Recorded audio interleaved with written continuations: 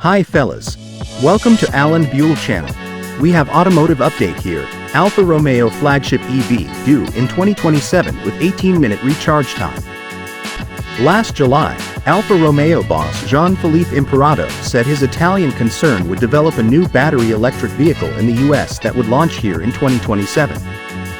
It would take the new top spot in the lineup, being larger than the Stelvio, full of tech and full of performance.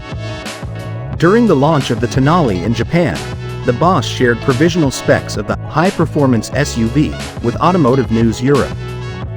The pack of some unknown size would juice motors putting out from 300 to 800 horsepower in the standard range, and around 1000 horsepower in a Quadrifoglio trim. Here's the big stat. In ANE's words, an 800-volt architecture would enable recharging times of 18 minutes max. We'd sure like to know the qualifications required to get an 18-minute charge.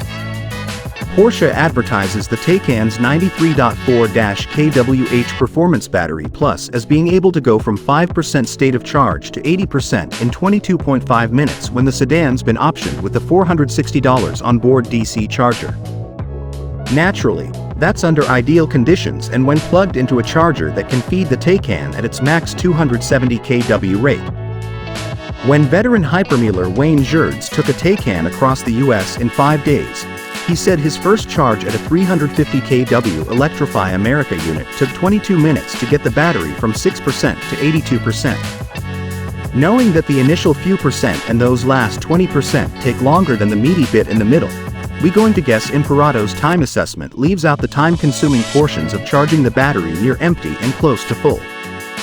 But hey, 4 years is a long way away in the EV verse. We'd sure like to know the qualifications required to get an 18-minute charge. Porsche advertises the Taycan's 93.4-kWh performance battery plus as being able to go from 5% state of charge to 80% in 22.5 minutes when the sedan's been optioned with the $460 on-board DC charger. Naturally, that's under ideal conditions and when plugged into a charger that can feed the Taycan at its max 270 kW rate. When veteran hypermealer Wayne Gerds took a Taycan across the US in 5 days, he said his first charge at a 350 kW Electrify America unit took 22 minutes to get the battery from 6% to 82%.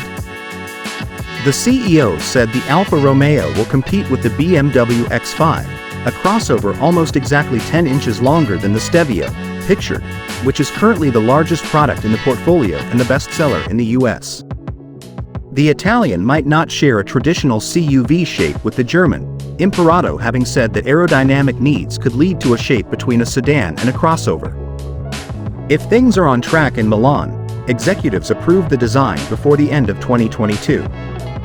We'll begin to see what Alfa Romeo's EV-only future when the brand's first dedicated EV shows in 2025. That is Automotive Update today. What's your opinion, fellas? Please don't forget to write down in the comment section and hit the subscribe button.